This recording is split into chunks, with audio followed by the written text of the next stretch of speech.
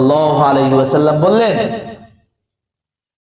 বিকিনবাতিন আও গীবাতিন, দুইটা বদ আমলের কারণে রোজা নামক ঢাল নষ্ট হয়ে যায়, ভেঙে যায়।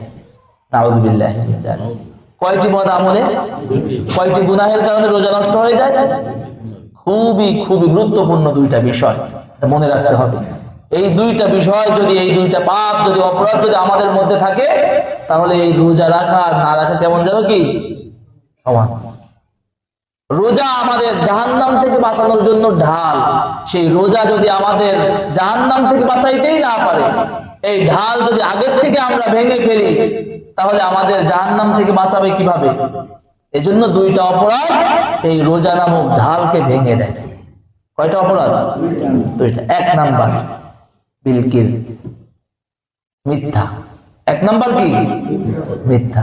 এক নাম্বার মিথ্যা। মিথ্যা যদি কারোর মধ্যে থাকে, তাহলে রোজা নামক যে ঢাল, রোজা আপনাকে যে জাহান্নাম থেকে বাঁচিয়ে দিবে, এটা আর তার ক্ষমতা হারিয়ে ফেলবে, রোজা নষ্ট হয়ে যাবে। দুই নাম্বার হলো আও গীবা, দুই নাম্বার হলো গীবত, পরনিন্দা করা, মানুষের পিছনে কথা বলা, মানুষকে নিয়ে সমালোচনা করা, মানুষকে নিয়ে হাসাহাসি করা, ঠাট্টা মশকারি করা। এই দুইটা অপরাধ যদি থাকে, তাহলে তার রোজা নামক ঢাল, যেই রোজা তাকে জাহান্নাম থেকে বাঁচিয়ে দিবে, এই ঢাল ভেঙে যাবে।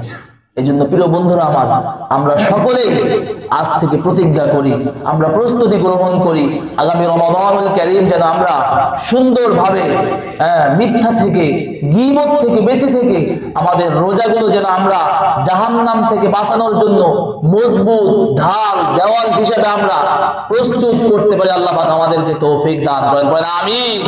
আরো চিৎকার দিয়ে বলেন আমিন। আমরা রমাদানুল কারীমের এই রোজা, এই যে ঢাল, এগুলো আমরা মিথ্যা দিয়ে, গীবত দিয়ে নষ্ট করব না।